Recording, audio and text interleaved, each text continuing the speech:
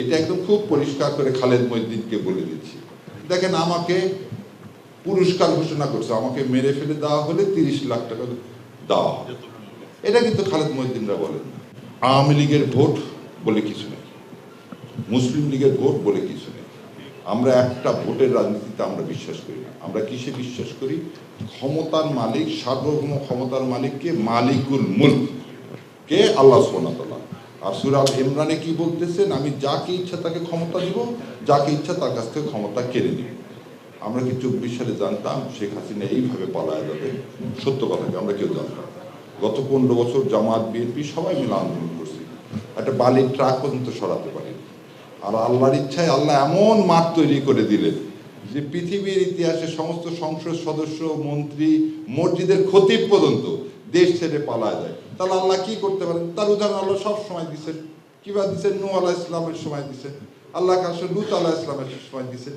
তো আমি আর এগুলো উদাহরণ দিলাম না। সো আল্লাহ আমাদেরকে কবুল করুক এবং এই দেশে ইসলামের শাসন ব্যবস্থা কায়েমের জন্য আর কি কোনো বিকল্প আছে?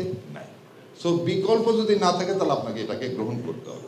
যারা আমাদের সমালোচনা করেন তাদের কাছেও আমার আহ্বান, ভাই বিকল্প তাহলে আপনি তৈরি করেন, করে ইসলাম কায়েম করেন। যদি না মনে হয় জামাত ইসলাম ভালো, ঠিক আছে, আপনি করে ইসলাম কায়েম করেন। আর যদি না করতে পারেন তাহলে জামাত ইসলামকে ভোট দান করেন, কারণ আপনার উপর এটা ফরজে কিফায়া ইসলাম কায়েম করা। সো আল্লাহ আমার এই শহীদ ভাইদের মানে বদলে, খালি শহীদ না, যারা আরো শহীদ হয়েছেন তাদের বদলে আল্লাহ এই জমিনে ইসলাম কায়েম করুক। আর আপনারা আমার জন্য দোয়া করবেন, আল্লাহ যেন আমাকে এই পথে সারা জীবনের জন্য কবুল করে। আর ওই যে আর একটা জিনিস সবাই দেখবেন বলে যে বট বাহিনী শিবির খালি কি বলে, কাউকে গালিগালাজ করে। এটা একদম খুব পরিষ্কার করে খালেদ মহিউদ্দিনকে বলে দিচ্ছি। দেখেন, আমাকে পুরস্কার ঘোষণা করছে, আমাকে মেরে ফেলে দেওয়া হলে 30 লাখ টাকা দেওয়া হবে। এটা কিন্তু খালেদ মহিউদ্দিনরা বলেন না।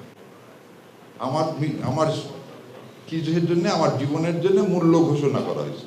তাই বলছে আমার মূল্য তো আল্লাহ নির্ধারণ করে দিচ্ছে, তোমাদের তো দরকার নেই, এবং টাকা লাগলে আসো আমি দিয়ে দিচ্ছি।